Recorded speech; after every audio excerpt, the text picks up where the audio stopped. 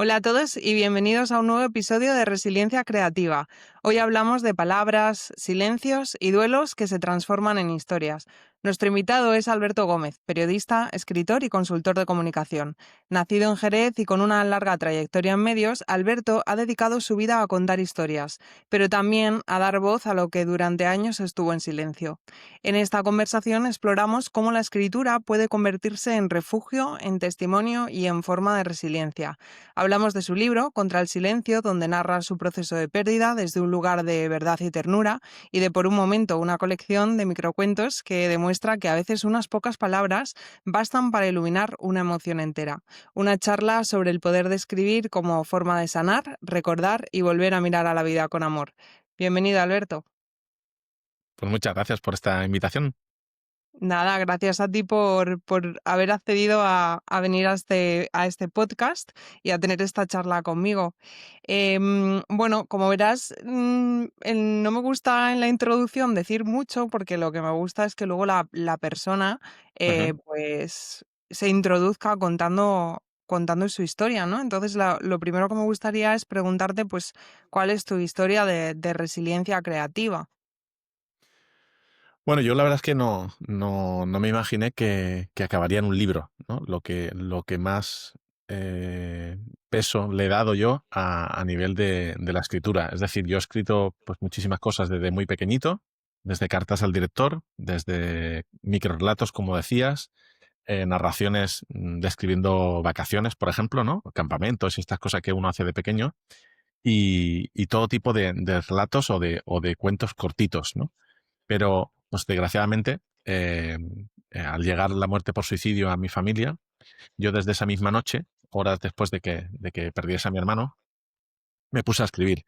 Y todo aquello que fui escribiendo respecto a la muerte de mi hermano, pues me servía, evidentemente. Pero lo que más me sirvió a raíz de ingresar o de entrar o de conocer los grupos de duelo, esas maravillosas herramientas para ir transitando por el camino del duelo, volví a escribir con mucha más intensidad, con muchos más años vividos, digamos, sin mi hermano, pero con todo tan fresco que no me resultó nada difícil poner un poquito de orden, establecer una serie de capítulos y desembocarlos en un libro que evidentemente pues he intentado hacer con toda la delicadeza del mundo, pero con ganas de contar, sobre todo de compartir una historia que lleva demasiado tiempo sin contar, no sin escribirla, sino sin compartirla.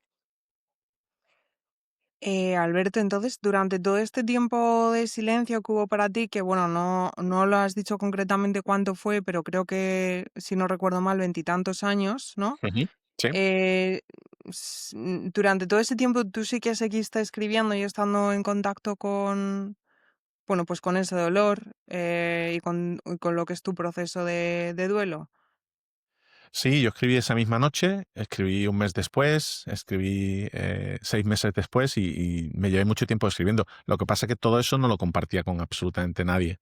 Es decir, igual que yo no quedaba con un amigo para tomar un café y le decía, echo menos a mi hermano, o esta semana es bastante mala, o me estoy acordando mucho de mi hermano estos días, pues lo que tampoco hacía era compartir todo aquello que escribía. Y lo que escribía era pues esa ausencia, ese dolor evidentemente compartido por mis hermanas y mis padres, y ese silencio que nos inundó y del que prácticamente todavía no nos hemos quitado, porque al fin y al cabo, eh, aunque resulte muy paradójico, yo he escrito un libro, pero en casa seguimos sin hablar de mi hermano. Entonces, sí que describía, digamos, todas esas emociones que yo iba viviendo o sufriendo en mi día a día, y esas, digamos, esos capítulos, lo que vienen a describir son esas emociones que ordené un poco a raíz de los grupos de duelo, pero nunca dejé de escribir ni de describir lo que yo sentía. Y cuando comenzaste o sea, ¿qué cambió en ti para que comenzaras a ir a esos grupos de duelo? Mira, fue un poco el azar que hizo que yo viese la contraportada de un periódico, y en esa contraportada aparecía una entrevista con la presidenta o la fundadora de una entidad en Barcelona que se llama DESAS, y que esa entidad pues lo que busca es agrupar a familiares que han perdido a alguien por suicidio. Es decir, buscar ese consuelo, esa compañía, esa complicidad entre padres, madres, hermanos, hermanas que hemos perdido a un familiar, a un ser querido por suicidio. Entonces vi esa contraportada y en mi cabeza y en mi corazón, lógicamente, se instaló la idea de, ostras, hay alguien, hay una entidad que junta, digamos, a gente como tú. Pero no quise llamar por teléfono ese mismo día que vi la contraportada, sino que tardé unos cuantos años en decidirme un buen día, en decidirme a contactar con ellos. Y como el mail llegó a una buena persona y otra buena persona también pues me recibió y me hizo una entrevista o un pequeño encuentro para ver qué necesitaba yo o por qué había contactado yo con ellos, y había un grupo en el que yo podía encajar, pues accedí a esos grupos de duelo que son pues maravillosos e imprescindibles. Y ahí fue cuando se sembró en ti la semilla de esa idea de escribir, pues, tu relato, ¿no? Sobre tu dolor, sobre tu duelo. Sí, yo la primera reunión la recuerdo pues que llegué nerviosísimo, que eran 2 horas, que fui el primero en hablar por haber sido el último en entrar en ese grupo, es decir, el último, pues venga, el primero en hablar. Y después de esas 2 horas yo llegué a casa con unas ganas enormes de escribir, de poner por escrito lo que había sentido, porque era muchísimo, era de alto voltaje, no recuerdo una sensación así durante mucho tiempo, ¿no? Y entonces pues escribí corrido, prácticamente como el que hace de notario de una reunión de 2 horas, ¿no? Siguiente reunión, me pasó lo mismo, sentí lo mismo y volví a escribirlo. Tercera reunión, volví a escribir. Entonces, cuando iban pasando las reuniones, pues ya fui pasando al ordenador porque lo escribía a mano, fui dándole un poquito de forma, fui poniendo siglas a todas las personas que participaban en ese grupo de duelo por respeto, y fui como ordenando un poco esas emociones que iba escuchando en cada reunión. Y a partir de ahí, pues se me ocurrió, digamos que fui dándole forma como para presentarlo a una editorial, que era la misma a la que le estoy muy agradecido y que fue la que se atrevió a publicar mi libro de microcuentos, y que después de pensárselo unas semanitas, pues lógicamente tenían ese periodo para pensárselo, me dijeron que sí, que lo publicaban. ¿Y cómo fue para ti ese momento? Bueno, primero cierto vértigo, porque claro, si iba a escribir un libro, digamos que la historia de mi hermano iba a llegar a mucha gente que hasta ahora yo no se lo había contado. Si no se lo había contado a compañeros de piso o a chicas con las que yo había tenido una cierta relación, pues imagínate escribir un libro, ¿no? Pero estaba decidido porque esos grupos de duelo me daban mucha fuerza y mucha serenidad para hacerlo. Entonces, digamos que iba de la mano en la escritura del libro y el seguir acudiendo a ese grupo de duelo. Entonces, bueno, me costó mucho repasarlo y revisarlo para evitar erratas.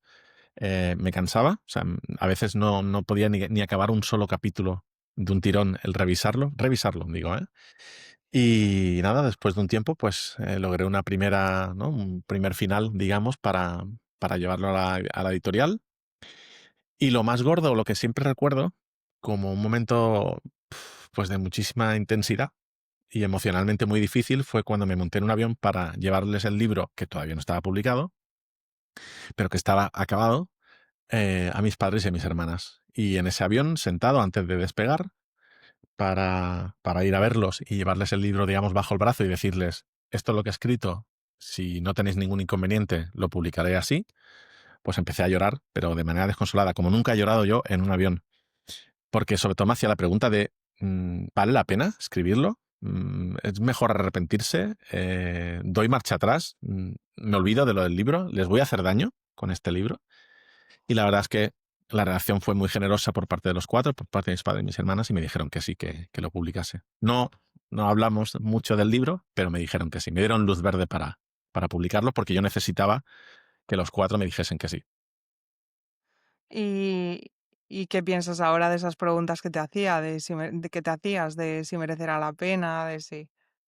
Pues la verdad es que sí, que ha valido la pena, porque ha habido mucha gente que me conoce un poco más gracias al libro, y sobre todo hay mucha gente desconocida que se ha acercado a mi historia, que se ha acercado al mundo de los familiares que han perdido a alguien por suicidio gracias al libro, porque desgraciadamente han sufrido la misma historia. O sea, a mí me ha escrito gente que no me conoce de nada y me ha dicho, Alberto, gracias por escribir la misma historia que nosotros hemos sufrido, porque en mi casa tampoco se habla.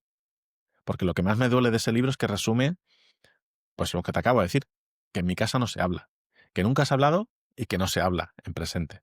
Y que mi hermano vivió y que yo aprendí muchas cosas de él y que me chinchó mucho también y que en muchas cosas me encantaba y me encanta parecerme, y todo eso se ha quedado pues en un baúl completamente cerrado, ¿no? Y esas fotos completamente o sea, cerradas en un álbum. Entonces yo creo que es injusto que no les honremos o que no hablemos de ellos, porque existieron, y más allá de ese final, que parece, ¿no?, condenarlo todo a una frase o a 2 minutos en el que resumes cómo murió, pues yo creo que más allá de ese final es bonito recordarles y es bonito tener un espacio en el que tu hermano o tu familiar o tu ser querido pues aparece y te recuerda buenos momentos. Desde luego. Y ahora mirando atrás, ¿no? Porque claro, el recorrido desde que ocurrió lo de Eduardo en el 97 hasta Ujú. que tú empezaste a ir a los grupos de duelos, ¿no? Que fue como, por lo que me has resumido, un periodo muy largo de silencio, luego de repente como un momento de exponerlo ante un grupo pequeño, a luego publicarlo en un libro y ya ponerlo al servicio de todo el mundo, ¿no? ¿Cómo ha sido ese recorrido interior para ti? Bueno, digamos que era una especie como ir quitándome capas, ¿no? Si al principio, cuando pasa todo en el 97, como tú decías, yo se lo contaba de manera puntual a una, tres, cuatro personas a lo largo de 10 o 20 años, es decir, la mayoría de la gente con la que yo he convivido de alguna manera, de manera laboral, sentimental o amistosa, no sabían y no saben absolutamente, prácticamente nada de aquella historia y de mi hermano. Toda esa gente pensaba que yo tenía 2 hermanas y punto. Entonces, pues me quité una capa, ¿no? Digamos, al acercarme a ese grupo de duelo y al contárselo pues a 8, 9, 10 personas con las que nos reuníamos una vez al mes. Y evidentemente, pues ya con el libro y con algunas entrevistas o con algunos espacios como este que estoy contigo teniendo hoy, pues te vas quitando más capas y llegas a un público y a unas personas que no te conocen de nada, pero que desgraciadamente han podido pasar algo bastante, bastante similar, ¿no? Y que les duele lo mismo, les duele ese silencio, ese estigma, ese tabú, esa mentira, si es que ha habido alguien que ha mentido respecto a cómo murió esa persona, porque eso ocurre en muchas ocasiones, en mi caso no, pero se dice que murió de otra forma. Esa culpa persistente de si pude hacer algo por esa persona, o ese enfado, el enfadarte con esa persona que se fue. Y sientes bueno, yo te voy a hablar te voy a hacer una pregunta que en realidad tiene más que ver con cómo yo me relaciono con mi hermano Carlos, pero te quería preguntar si sientes que tu relación con él ha cambiado al haber, no sé si sigues manteniendo una relación con él, pero si ha cambiado de alguna forma al haber hecho este recorrido. Bueno, ya no estoy enfadado con él. Al contrario, le agradezco cosas. La gente que sabe de su historia, pues saben que en algún momento yo puedo recordar algo con una sonrisa de él. Oye, ¿os acordáis cuando mi hermano hizo tal cosa, no? ¿Os acordáis cómo iba vestido mi hermano, tal? Y esas pequeñas historias, yo ahora las cuento con mucha naturalidad delante de la gente que le conoció o que conoce mi historia, y cero enfado. Ya no estoy enfadado, ya dejé de gastar energía de manera tonta y gratuita, y ya no estoy enfadado. Incluso te iba a decir una cosa, yo no sé si acompañado de ese enfado, casi nunca dejé de ir al cementerio, y durante muchos años, aunque podía haber ido, dejé de hacerlo. Pero yo creo que lo hice de manera inconsciente, o sea, no era consciente de que quizás a raíz de estar enfadado y de querer, por supuesto, perpetuar ese silencio, no iba al cementerio, porque claro, cuando vas al cementerio a alguien le tendrás que decir a dónde vas, ¿no? No es como cuando vas al supermercado, pues también lo dices, oye, bajo al súper y tal, ¿no? Pues era mejor no ir y así no tenías que contarle a nadie que ibas al cementerio. Y en los últimos tiempos, y supongo que acompañado de ese cambio y de esa fase en la que me encuentro gracias a los grupos de duelo y gracias al libro, pues he ido unas cuantas veces y me siento muy a gusto estando allí y hablándole un poquito y contándole con una sonrisa, pues un poco cómo me van las cosas o pensando un poco en todo lo que viví con él. Pero, pero no era ese enfado ni ese reproche continuo que tuve durante mucho tiempo. Mm. Y que es natural también. Al final cada uno vive las cosas como puede en cada momento con las herramientas que tiene y tú eras muy joven también cuando ocurrió todo. Él era muy joven, pero es que tú eras muy joven y en un momento en el que la sociedad no era como es ahora con respecto a este tema. Sí, que además en esa fase universitaria en la que a mí me pilló, yo conocía mucha gente nueva y toda esa gente nueva pues no tenía por qué saber mi pasado y entonces yo me ahorré, gracias a Ya. que eran personas completamente nuevas en mi vida, me ahorré el contarles esa parte que a mí me costaba tanto contarla. Entonces casi que fue un refugio, ¿no? El hecho de conocer gente nueva y yo te cuento que tengo 2 hermanas y ya está. Y no hace falta que te cuente, ¿no? Esa parte que tanto duele contar. Mm. Y me gustaría también como que, bueno, ya has mencionado brevemente que nunca has dejado de escribir, pero ¿qué ha sido para ti la escritura durante todos estos años y durante estos procesos que han tenido etapas tan distintas, ¿no? Cómo, cómo te ha servido, por así decirlo? Bueno, ahí yo vuelco todos mis sentimientos. Quizás peque de no contarlos como debería en el tú a tú, en persona, pero pocas cosas que yo haya sentido a lo largo de mi vida no las he dejado por escrito. Quizás lo tengo un poco mal organizado, pero sea en papel o sea en ordenador, tengo muchísimas cosas escritas sobre mis sentimientos, sobre lo que he sentido, sobre las emociones, sobre relaciones y sobre la relación que más pena, evidentemente, me ha generado, que fue la de mi hermano, ¿no? Pero absolutamente te podría describir miles y miles de momentos en las que he escrito, en las que he tenido en la cabeza perfectamente claro lo que quería escribir de una extensión u otra. Decías antes los microcuentos, pero me parecen algunos muy, muy potentes porque en pocas palabras digo mucho, ¿no? Y la verdad es que siempre me ha servido. Ahora todo el mundo lo llama terapéutico. Yo no sé si yo sentía en mi interior que era terapéutico, pero yo necesitaba escribir. Insisto, es que es muy gráfico. Mi hermano muere en torno a las 5 o 6 de la tarde y yo a las 3 de la mañana me pongo a escribir. Cuando, después de ver a mis padres, de ver a mis hermanas y después de que se fuera la gente de casa, porque la casa estaba llena de gente, de amigos que se habían acercado, pues intentamos dormir. No sé si era las 1 o las 2 de la mañana, cuando más o menos, ¿no? Intentamos dormir un poco antes del día siguiente, que era el día del entierro y todo. Y, y yo no podía dormir. Y lo que hice fue coger una hoja y ponerme a escribir. Si lo hice en ese momento, pues imagínate la de momentos en los que necesité escribir, lo hice y me sentí muy a gusto haciéndolo. Y luego, pues en esos 300 y pico microcuentos que publiqué en un libro también pues muy bonito y muy emotivo para mí, porque además mi primer libro, pues también hay alguno que es un guiño completamente explícito e implícito a la vez hacia mis sentimientos con mi hermano. Mm. Fíjate qué curioso, porque es que a mí me pasó lo mismo, ¿eh? O sea, yo me acuerdo cuando se suicidó mi hermano, que además fue una cosa completamente un shock, porque nadie nos esperábamos ni de broma, algo así. O sea, para nosotros era un chico feliz y no, vamos, ni idea. Y cuando fuimos al día siguiente al tanatorio, bueno, ese mismo día, pero por las horas ya fue al día siguiente cuando... no, o fue esa tarde, no sé, no me acuerdo porque me baila un poco Ujú. todo cómo ocurrió esos días, pero lo que sí recuerdo con nitidez fue que metí un cuaderno y un boli en mi bolso para ir al tanatorio.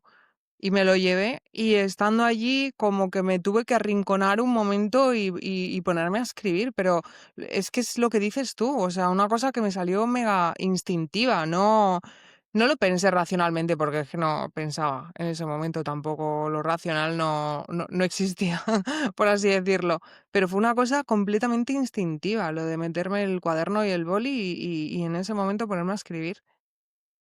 Bueno, yo la primera sesión de mi grupo de duelo, yo no tenía ni idea de que acabaría escribiéndola o describiéndola. Y quizás yo volví a casa, no sé, pues a las 9 y pico y un trocito andando, cenar, tal, y a lo mejor me puse a escribir a las 11, 11 y media, pero es que yo reproducía frases, pero completamente literales de mis compañeros del grupo de duelo, ¿no? Y en la segunda y en la tercera. O sea que yo creo que alguno de ellos tuvo que pensar, oye, pero ¿llevas una grabadora o qué? Porque estás copiando prácticamente palabra por palabra lo que te hemos dicho, ¿no? O lo que hemos compartido en esta sesión. Y la verdad es que intenté, por supuesto, ser muy cuidadoso, porque las personas que aparecen en mi libro, a todas las entrevisté, entre comillas, un tiempo después de esos grupos de duelo, para retomar un poco lo que habíamos compartido en esos grupos de duelo, y luego les dejé a cada uno su parte que estaba escrita para que se sintieran completamente identificadas con cada parte antes de ser publicada. No iba a publicar ni una sola frase, aunque estuvieran firmadas bajo una sola letra, ¿no? La letra la primera letra de su nombre, sin que ellos estuvieran conformes y a gusto con lo que yo había escrito, ¿no? Claro, o sea, es que al final estamos hablando de algo muy sensible, muy delicado y sobre todo yo me he sentido muy identificada también con lo que has dicho de cuando fuiste pues con el libro a dejar sola a tu familia, porque al final esto es, o sea, implica a muchísima gente, ¿no? Y no solamente a la familia, sino también a muchísima más. Al final, el impacto que tiene el suicidio de una persona, no sé cómo es en Jerez, pero por ejemplo, yo que soy de un pueblo muy pequeño, es que tú te das cuenta de cómo eso realmente impacta todo el sistema del pueblo en sí, ¿sabes? De lo que le rodea. Y hay que tener mucha sensibilidad, nunca sabes, igual a la persona al que menos te puedes imaginar, porque piensas que a lo mejor no tenía mucha relación o lo que sea, pues está viviendo un proceso individual que le ha causado mucho más impacto el, el haber visto que a una persona ha pasado por eso que a otra, que tú te puedes pensar de primeras que a lo mejor le ha impactado más, no sé si me explico. Ujú. Sí, sí, no, no, en cuanto a impacto, evidentemente, bueno, y de ahí un poco lo que se pone a veces en valor de sobrevivir, ¿no? A ese estigma, ¿no? Y a ese tabú y a ese shock que es completamente inesperado y que es completamente irracional, e incluso antinatural, ¿no? Porque digamos que el ser humano está, entre comillas, programado para morir con una cierta vejez y no con 15, 20 o 30 años, ¿no? Y es un impacto que yo, en cierta manera, me tengo que imaginar, el de mis padres, el de mis hermanas, porque yo ya vivía fuera y al poco tiempo ya me fui aún más lejos, ¿no? de Jerez para seguir estudiando. Pero me imagino que en muchos momentos mis hermanas y mis padres, claro, ese estigma supongo que les causó mucho dolor el ir caminando por alguna calle y que les mirasen, ¿no? O incluso algún comentario que les harían de alguien que se pararía con ellos por la calle. Porque desgraciadamente ni estamos preparados para contarlo, ni la gente está preparada para contarnos o para compartir o para ayudarnos con la palabra, ¿no? Y muchas veces se equivocan haciéndonos preguntas o haciéndonos frases o dejándonos frases que duelen, ¿no? Sin querer, porque quizás no hay ninguna intención, pero duelen, ¿no? Entonces, yo creo que eso me lo ahorré, pero bueno, fue el destino, digamos, estudiantil el que yo elegí de estudiar fuera, pero sí, sí, que ese impacto, evidentemente, y ese estigma duele muchísimo el llevarlo durante tanto tiempo, ¿no? Mm. Sí, sí, y también me refiero al tema de publicar pues un libro y que de repente una persona que ha estado tanto tiempo en silencio veas que lo rompe, ¿no? Y que decide hablar de ello abiertamente. Seguro que eso también, pues en muchas otras personas que, no digo necesariamente en tu entorno, sino en la sociedad en general que han pasado por eso, que les está pues lo que te han dicho, ¿no? Seguramente en muchos casos, o incluso gente que no te lo ha dicho, que les hace cuestionarse si han abordado el tema de la forma correcta. Claro, en mi caso, cuando me han entrevistado, el 90-95% de los periodistas que me han entrevistado, uno, lo han hecho con un tacto brutal y con mucho mimo y con mucha mano izquierda. Y al margen de leerse o no el libro, que es un debate, ¿no? Muy, muy complicado, ¿no? De si todos los periodistas sí o sí tendrían que leerse los libros antes de entrevistar a esa persona, pero a veces por la razón que sea no pueden o no podemos. Pero es cierto que te entrevistan o que te preguntan eh, casi ¿no? con pies de plomo, porque saben que hay algunas frases y algunas preguntas que pueden hacer mucho daño, ¿no? Pero eh, hay mucho oficio, creo que hay mucha decencia por parte de muchos periodistas, o eso, o yo he tenido mucha suerte. Pero te podría citar 10, 12, 14 entrevistas que me han hecho a raíz del libro y que las han hecho pues con ese tacto que ojalá fuera el denominador común de todas las noticias que se publican sobre suicidios, ¿no? Pero no es así. Pero cuando te sientas con esa persona o coges el teléfono y hay un clima pues adecuado, al final las preguntas y las respuestas fluyen, el resultado es bueno y jamás, por ejemplo, le he tenido que pedir a nadie que rectifique absolutamente nada.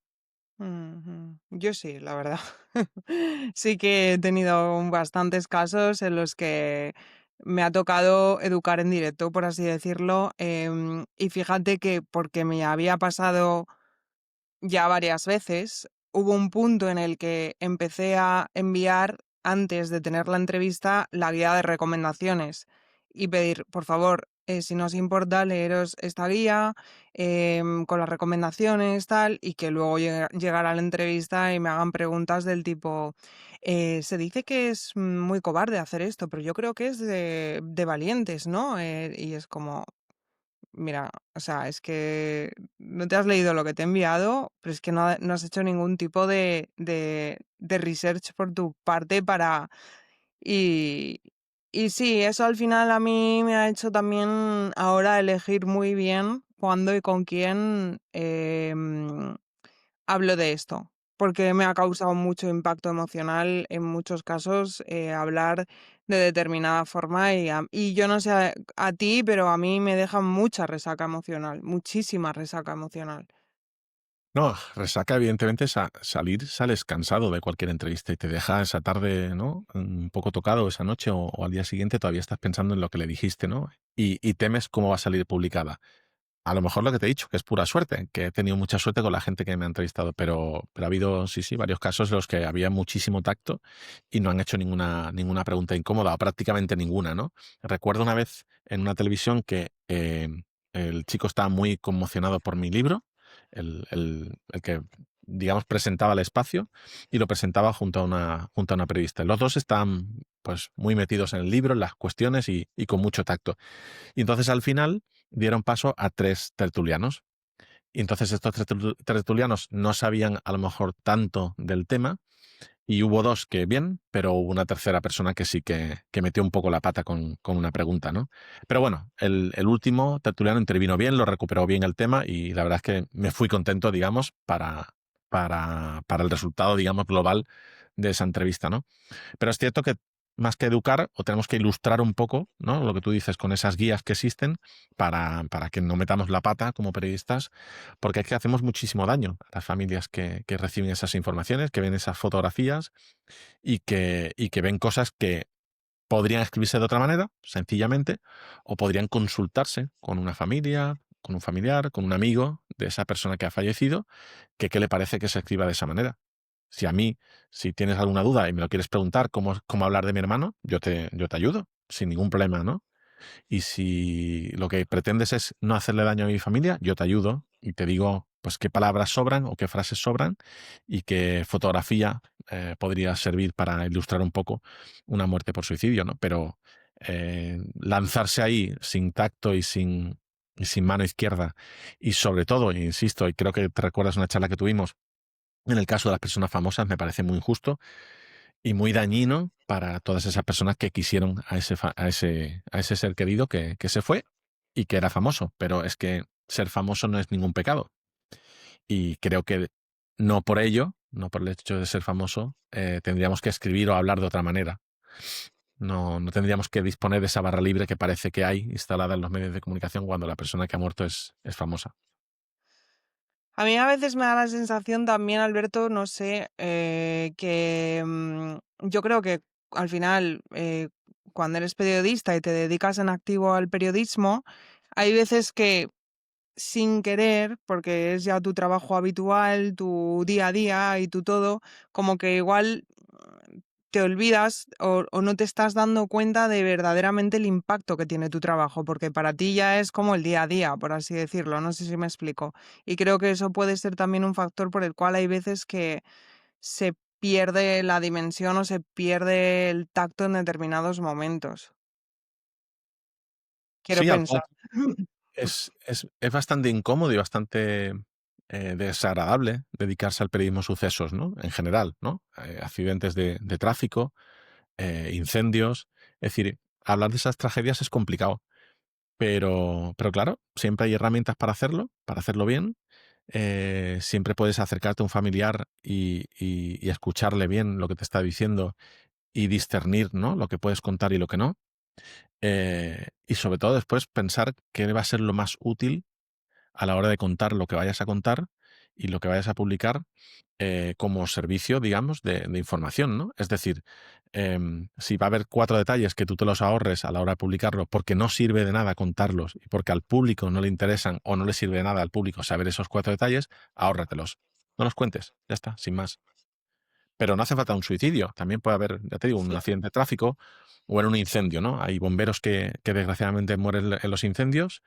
Pues ostras, vamos a hablar con sus jefes, vamos a hablar con sus compañeros y vamos a hablar con sus familiares para contar bien la historia de por qué el bombero, ¿no? Murió en esas tareas de incendio, de extinción, ¿no? En vez de contarlo así, digamos, a las bravas, nunca mejor dicho, y contarlo de manera que haga daño. Total, es que al final la información sensible, ¿tú cuál dirías que es, por si hay alguien que nos esté escuchando que se dedique a esto, tú como comunicador, qué dirías que son los aspectos más importantes a tener en cuenta cuando se publica información sensible en general, ¿eh? No es necesariamente sobre suicidio, sino sensible. A ver, yo creo que hay determinados adjetivos que son bastante dañinos. No hace falta pasarse a la hora de escribir una tragedia, no hace falta poner 7, 8, 9 adjetivos que describan esa tragedia. Es una tragedia, todo el mundo sabe lo que es morir en un incendio, pues no hace falta, ¿no? Describir, no sé, cuál fue el efecto de las llamas sobre el cuerpo, por ejemplo, ¿no? Em, yo creo que contar con alguien que ha estado en su día a día de esa persona a nivel laboral y a nivel familiar a la hora de escribir tu historia, yo creo que también es básico y es fundamental. Es decir, si ha muerto una persona en una tragedia, vamos a contar la muerte, un suceso en el que ha muerto una persona, necesitas un familiar, un allegado, un amigo que haya convivido en el día a día con esa persona, porque te lo va a contar de verdad. Y necesitas a alguien también del ámbito laboral, si es que es conocido por su ámbito laboral, ¿no? En este caso, por ejemplo, pues un bombero, pues necesitas hablar con alguien de su cuadrilla, ¿no?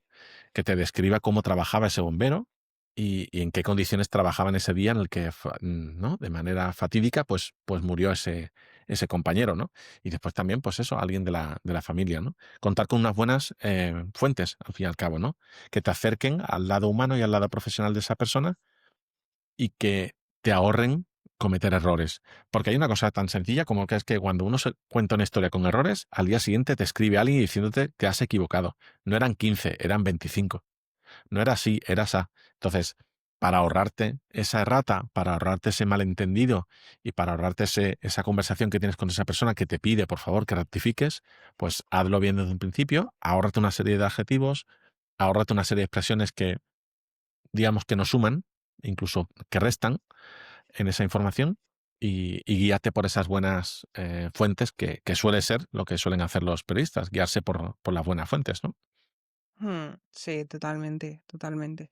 Creo que es muy complicado tratar información sensible, pero yo no sé, aplicar la empatía muchas veces es o sea, la empatía en el sentido de decir, si de quien se estuviera hablando fuera mi amigo, mi madre, mi padre, mi hermano, esto es lo que me gustaría ver, esto es lo que me gustaría leer. Yo creo que es también como una buena forma de adquirir esa perspectiva y darte cuenta de si realmente lo que estás contando lo estás haciendo de una forma cuidadosa, ¿no? Y sensible porque a nadie nos gusta que hablen de determinada forma de alguien a quien queremos. 100% de acuerdo. Es ese momento en el que uno se pone a escribir como si estuviera hablando de una persona que es una persona desconocida para ti, quien ha fallecido, y te pones a escribir y a describir cómo ha muerto como si fuera uno de tus mejores amigos. Y seguro que usas los adjetivos correctos y no los que describen algo que realmente no fue así. O, otra versión de esa misma situación en la que se pone un periodista a la hora de escribir o a la hora de contar una muerte trágica.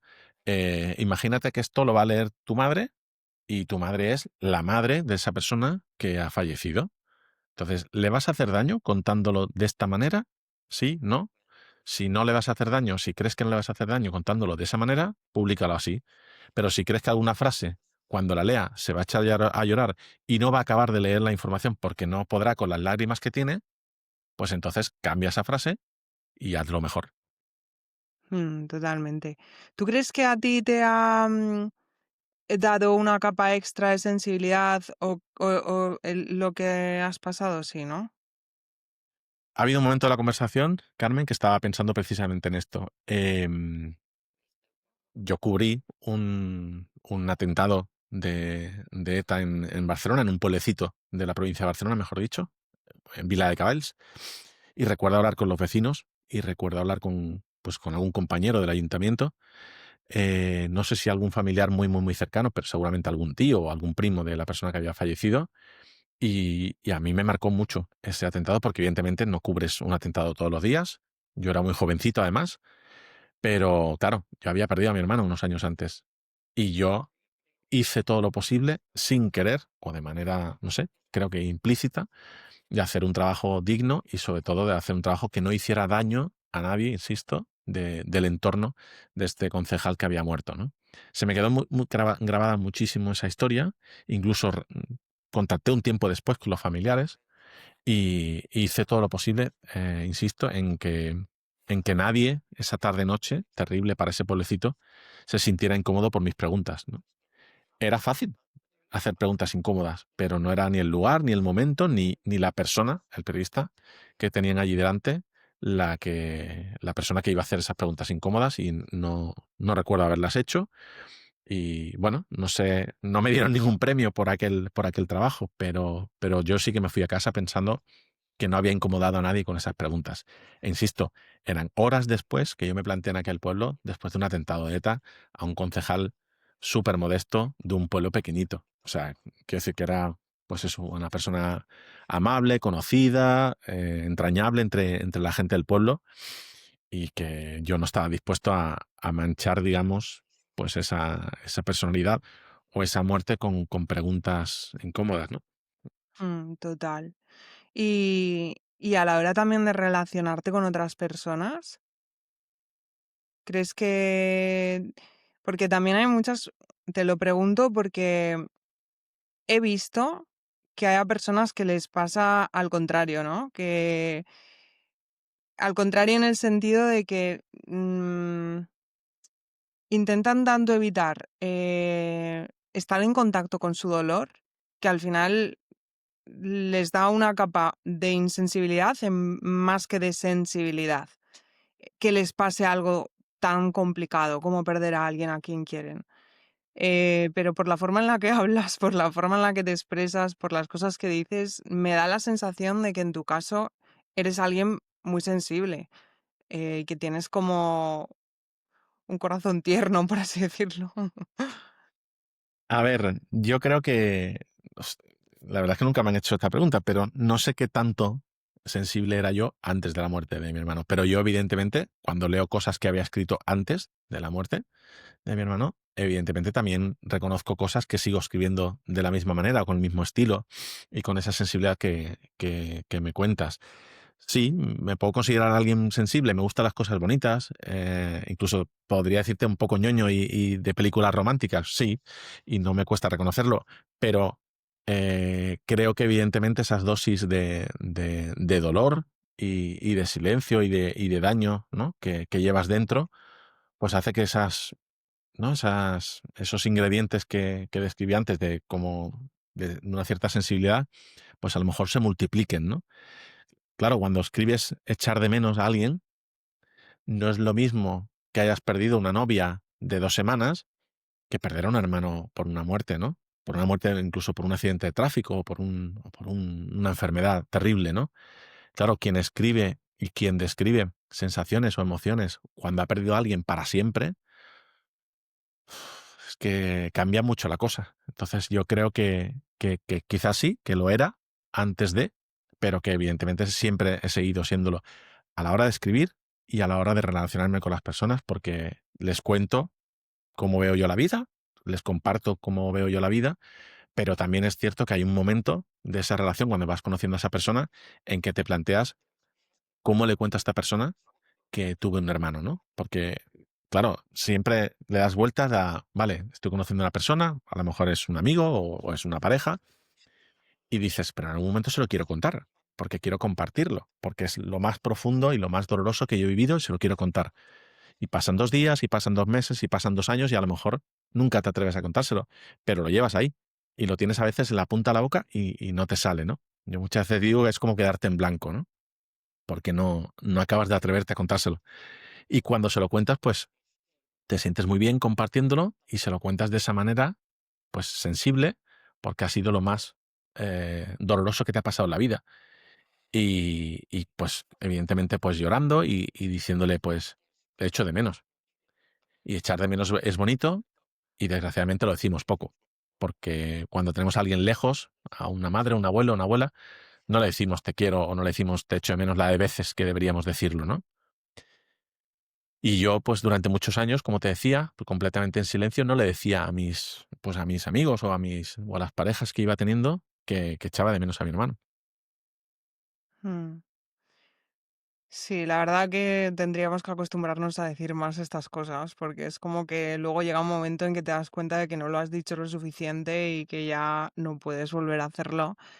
Yo sí que lo he intentado. A mí es que me ha pasado, yo no- antes de lo de Carlos, no te voy a decir que era una insensible, pero sí estaba muy poco en contacto con mi sensibilidad. Es como que tenía una capa muy grande de dureza y juzgaba mucho, me creía que lo sabía todo. Y es verdad que cuando ocurrió esto, a ver, y también porque he hecho mucha terapia, eso es verdad. em, Me he dado cuenta de que soy una persona muy, muy, muy sensible y que antes lo que me pasaba era que no sabía relacionarme con eso. Entonces, eh, adquiría como ese personaje más de si soy insensible nada me hace daño, ¿no? Em, y ha sido muy bonito como reconciliarme con esa parte de mí porque creo que desde que cuando vives desde la sensibilidad todo es mucho más puro, más pleno, más bonito. Em, pero también es más complicado de atravesar, ¿sabes? Tiene sus pros y sus contras. Pero sí, ahora intento también lo que dices tú, ¿no? Intento decir más a menudo a la gente que le quiero, pues que le quiero, que le echo de menos. Antes me daba como vergüenza, como si eso fuera algo, no sé, ¿sabes? Ñoño. Pero ahora, pues, bueno, mira, pues si piensas que soy una ñoña, pues me da igual, pero yo siento que quiero decirlo. También es el momento que te pilla, también es la persona, ¿no? No hay 2 días iguales, ¿no? El grado de sensibilidad que tú tengas y el grado de ganas que tengas, ¿no? Las ganas que tengas de compartir tu historia dolorosa en este caso, en tu caso, en el mío, no hay 2 días iguales, no, ni hay dos personas iguales con las que se lo vayas a contar de la misma manera, que te vayas a sentir igual de bien, ¿no? A mí, curiosamente, el 31 de marzo de hace 2 años, me parece, cuando ya llevaba un buen tiempo yendo a esos grupos de duelo, era el día en que murió mi hermano, y yo ese día no se lo dije a nadie, que era ese día. Y no sé si a lo mejor puso un tuit o algo así, pero no sé, no le escribí ningún mensaje a ningún amigo que quería compartir un rato de mi dolor de ese día, porque es una fecha que evidentemente no te olvidas, pues por la tarde tomando un café o por la noche tomando, no sé, quiero decir que no compartí el dolor de ese día con ningún amigo. Y ya llevaba un tiempo yendo a un grupo de duelo. O sea, ya iba compartiendo, incluso alguna entrevista, ya estaba compartiendo con otras personas que hasta hace nada no conocía de nada, mi dolor y mi silencio y mi culpa y mi enfado con mi hermano. Y en cambio, a un buen amigo no le dije ese día, hey, vamos a tomarnos un café que me apetece estar solo, que no me apetece estar solo, ¿no? Entonces, no hay 2 días iguales, ni hay dos amigos iguales con los que lo vayas a compartir de la misma manera, ¿no? Supongo que si vas creciendo y vas, lo que tú decías, ¿no? Vas exteriorizando esos sentimientos y decirle a la persona que sí, que la echas de menos o que la quieres, pues nos iremos sintiendo como más cómodos, ¿no? Y más cómplices en los días buenos y en los días malos, ¿no? Sí, sí, totalmente. Es que es así. No hay dos. Sí. Yo hay momentos en los que también siento que necesito hablar de ello, contarlo y tal, y hay otros momentos en los que es como lo último de lo que me apetece hablar, porque no me apetece acceder a eso, ¿no? Porque sé que según cómo esté, pues o igual me tira para abajo, o otras veces, según cómo esté, me tira para arriba hablar de ello. Es que depende de tantos factores, pero sí que es verdad que a mí últimamente hay algo que me está pasando y lo noto mucho, que antes me pasaba, pero ahora me está pasando más, como que no, como que me cansa un poco la sensación de cuando lo cuentas por primera vez y te miran como con esa cara, ¿sabes? Ya. Me empieza a cansar eso, ¿no? O sea, em, entonces eso es lo que me hace no querer contarlo, ¿no? Porque me siento un poco ya que cuando cambia la mirada, porque cuando lo cuentas, la persona que tienes enfrente cambia la mirada, es como, es que no sé cómo explicártelo bien, voy a intentar ponerlo en palabras de la mejor forma posible, pero como que ya no me apetece como estar ahí como en ese rol un poco de víctima de lo que me ha pasado, ¿sabes? Me cansa estar ahí, me apetece como otra cosa y no sé cómo manejarlo. A ver, yo de herramientas sé pocas, ¿eh? Porque las llevo usando muy poquito, desde hace muy poquito, pero yo no me siento cansado. Lo que sí, le doy, digamos, un cierto margen a esa conversación. Es decir, puedo estar un rato hablando, pero luego necesito desconectar. O sea, puedo hablar un martes, un miércoles, un jueves, pero después de ese rato del martes necesito desconectar y hacer una cosa completamente diferente. Si el miércoles, por lo que sea, tengo una charla, una conferencia, una entrevista, tal, pues igual, pero luego necesito desconectar. Desgraciadamente, como te decía antes, a veces del suicidio se habla mucho en septiembre y mucho en noviembre, ¿no? Por 2 días, ¿no? Diferentes que se celebran, digamos, o que se tienen instaurados a nivel mundial. Prevención del suicidio y Día del Superviviente, del familiar o del amigo que ha perdido a alguien por suicidio, y parece que el resto de los meses se habla poco con nosotros, ¿no? Pero yo sí que de momento sigo un poco al pie del cañón a la hora de hablarlo y de visibilizarlo. Lo que sí, ya te digo, que llega un momento en que tengo que cortar, ¿no? Me estaba acordando cuando decías el sentirse un poco cansado, ¿no? En que después de una presentación durísima, emocional, de la presentación de mi libro en una ciudad durísima, emocionalmente muy complicada, con aquello que abres el turno de preguntas y a cual más difícil de escuchar y de acompañar a esa persona que se había acercado hasta una presentación de un libro pues, complejo como el mío, que se había atrevido a coger el micro y a lanzarme una pregunta, ¿no? Pues después de esa sesión de, ya te digo, de alto voltaje, firmé unos cuantos, nos despedimos del espacio, nos fuimos a tomar algo y a partir de ahí yo ya desconecté, por así decirlo, del tema del suicidio. Empezamos a hablar de 1000 temas. La cosa se alargó hasta altas horas. Nos reímos mucho y no volvimos a hablar del tema de mi hermano, de la presentación del libro, ¿no? Y nos reíamos casi de, jolín, cómo ha empezado la noche o la tarde y cómo ha acabado, ¿no? Con mucha complicidad, con mucha risa, pero hablando de 1000 temas y ya habíamos dejado de hablar del suicidio.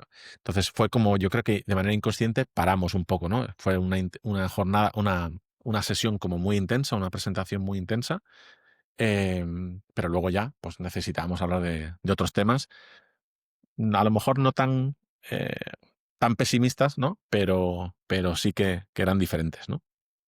Sí, yo creo, yo eso también lo he aprendido en este camino, que hay que poner aire por delante y por detrás, porque, o sea, a mí me ha llegado a pasar de que me dé gripe, o sea, de ponerme mala, ¿sabes? De tanta intensidad emocional cuando, pues lo que dices tú, de repente un septiembre, pues este septiembre que para mí ha sido, o sea, que he terminado de decir, no quiero volver a hablar del suicidio en mi vida, de ponerme mala, o sea, de caer enferma.